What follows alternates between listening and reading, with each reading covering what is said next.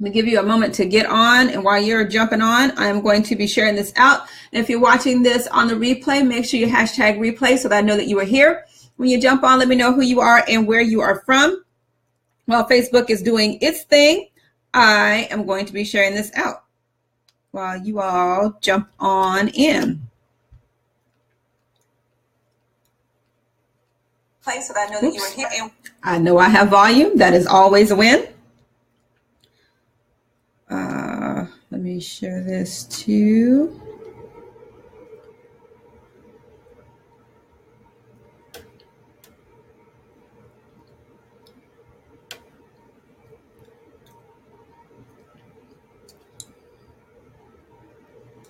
All right, almost there. Good morning.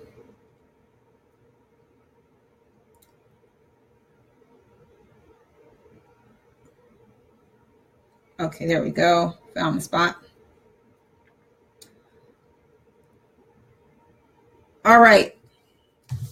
So good morning and welcome. My name is Lysandra Everett. I am the Home Biz Tax Lady. I help home business owners win the tax game by helping you keep more of the money that you earn and paying less to Uncle Sam in taxes. I am here Monday through Friday, 9 o'clock-ish. And when you tune in, of course, you're going to hear about tax topics on my 9 o'clock show. And then I jump on occasionally from time to time, just talking about other stuff, business, life, and how to just do this whole thing better. So today, though, some news hot off the presses. I mean, I guess I'm late. I don't know how I missed this one, but I'm bringing it to you anywho. So there is a multi-state tax commission, online seller tax amnesty. Boy, that's a long name. But nuts and bolts is from August 17th through October 17th, you have the opportunity to have tax amnesty. So let's talk about what it is. So online sellers, there's been a lot of back and forth over the past few years about online sellers collecting sales tax, okay? So online sellers have an obligation to collect sales tax and pay income tax in states where they have what's called Nexus, which represents a presence in the state. So Nexus is having a physical presence in the state. Now, there has been some drama back and forth about remote seller Nexus, but online sellers still have a physical presence. So, it's been kind of ugly because you see, the president saying, Amazon is running mom and pops out of business because they're not collecting sales tax, which is not true. But so there's been a lot of this in the news as far as online sellers, especially, third-party sellers using other websites to sell their stuff. So here's the thing that you may not know. So inventory owned by the seller located in third-party warehouses creates sales tax and income tax nexus due to their property being in the state. So that means that for my folks that are using Amazon FBA, if you've got inventory in a particular state, then you now have Nexus, which means you may have income tax and sales tax obligations. And so, with Amazon FBA, you don't direct where your inventory goes. They direct where your inventory goes. And if they move your inventory around, you may or may not have you don't have any way of knowing that. Okay. So why are we here? It's always good to know why we're here. So the states are starting to aggressively pursue online retailers. Why? Because they want their money. States can actually go back in time from when your inventory was first located in the state to determine how much you may owe. And, the states are ticked because there's really no federal legislation. It's been really slow to catch up to the online business model with establishing a clear nexus, that clear presence in the state. And with the growth of online marketing and selling and buying and all of this stuff, states are losing sales tax revenues and they're ticked, right? So, the decline in actual brick and mortar business is reducing sales tax, and the states are saying, listen, we want our money and we want it now, right? So here we are with the sales tax amnesty that's going on right now through October 17th.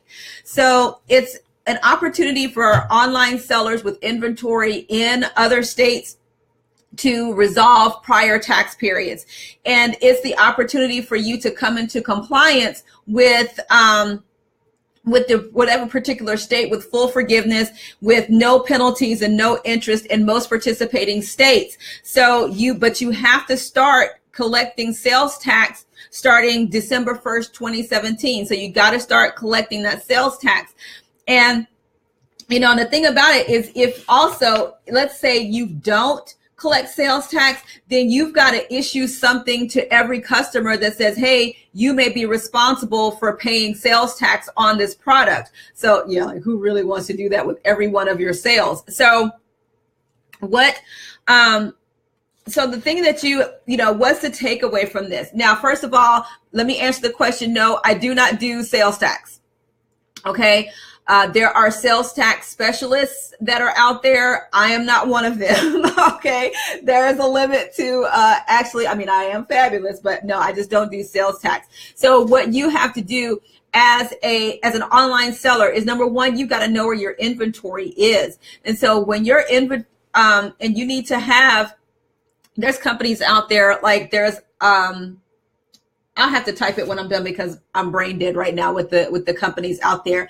But you have to know where your inventory is, and you also have to know if you qualify for the program. So one of the qualifications is that you've never actually paid sales tax before, because there is a lot of online resellers that really do not know, and you've got to know if your product is taxable in the state. So in some states, if you sell clothing, in some states, clothing is not taxable. Okay. So, and it's also, having that physical presence. Now, let's say that you are an online seller and you have all of your inventory in your house. Okay. Let's say you've got all your inventory in your house, or as long as it's in your state. But if you sell over a certain amount to a specific state, then you may be responsible for income tax in that particular state. All right. So the thing with online selling is that, the days of being able to, undercut the brick and mortar business because you don't have to pay sales tax, that's gone. Okay. And secondly, now the states are coming after online retailers because, like I said, they're losing that state tax revenue, the sales tax revenue, because online marketing, online shopping is taking over the brick and mortar business. I mean, you see it every day with how many stores are closing their physical locations to really primarily focus on online sales. And I mean, there are stores that advertise products that are online only. Okay, so you can see the decline in the brick and mortar stores. And so with that decline in brick and mortar stores, that's a decline in sales tax. And now they're coming for these for the online sellers because they're saying, okay, well, Amazon isn't collecting sales tax, which is not true. Amazon has been collecting sales tax just fine.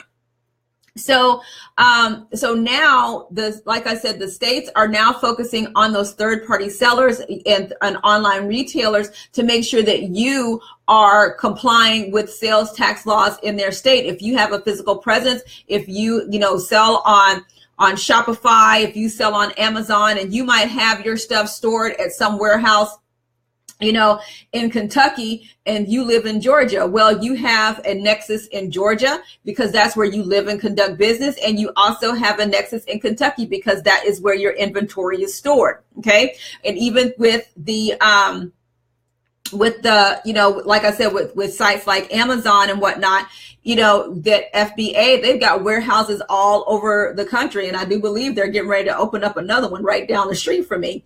So this is something that if you are an online seller that you really need to pay attention to.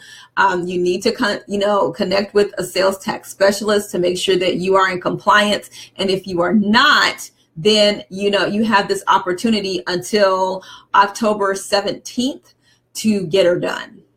Okay. So I hope that sheds a little bit of light. Like I said, there's a couple of companies that I know of that specialize in this kind of stuff, and I will add those names in the comments after we're done. But yeah, it's about to get,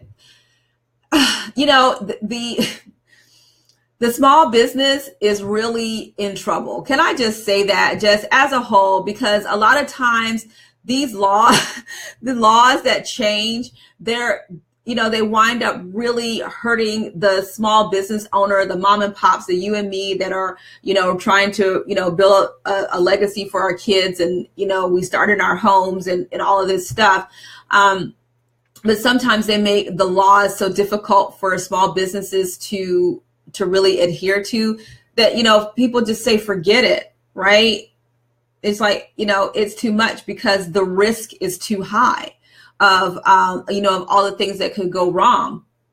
And, and sometimes the investment for trying to do the right thing is too high, right? It's, so it's like the small business owner is really being caught between a rock and a hard place. And it's, now it's time to really, this is when it's really time for you to start consulting professionals, because trying to do it on your own can make you wind up in a whole heap of trouble, right? So for me, I'm not going to just tell you, okay, well, go find a sales tax person. I have at least 2 companies that I can at least recommend to you for you to go and consult with. And I'm really, I wasn't even planning on going here this morning, but I'm here now. But I'm really just over the whole go find a tax professional, because you know what? Not everybody specializes in the same thing. I specialize in home business taxes and tax debt resolution. I don't do sales tax. So, somebody says, go find a tax professional, and you think me, well, I don't do sales tax. But so, when people just say, oh, I just leave it up to somebody to just go find their own tax professional, I think that's a punk move. I think that if you are going to be dealing with people's lives and things that are going to affect their taxes, and they're going to affect their taxes, then you need to have somebody in your Rolodex to send them to, so that people can really talk to professionals and not just be out here floundering and wondering what they're supposed to do and wind up in tax trouble. So, okay, I am off that soapbox. But yep, online seller tax amnesty is going on now. And if you're an online seller, listen, because this is me too, okay? I sell stuff online too, and I'm going to have to go and find out where I am with this. So this is something that's going to affect me as well. So, okay, well, that's it for me, you guys. Yeah, that's all. You know where to find me. Hang out in my Tax Players Club. And yeah, that's it. That was just really on my heart to share this morning. All right, I got to go. See y'all next time. Bye.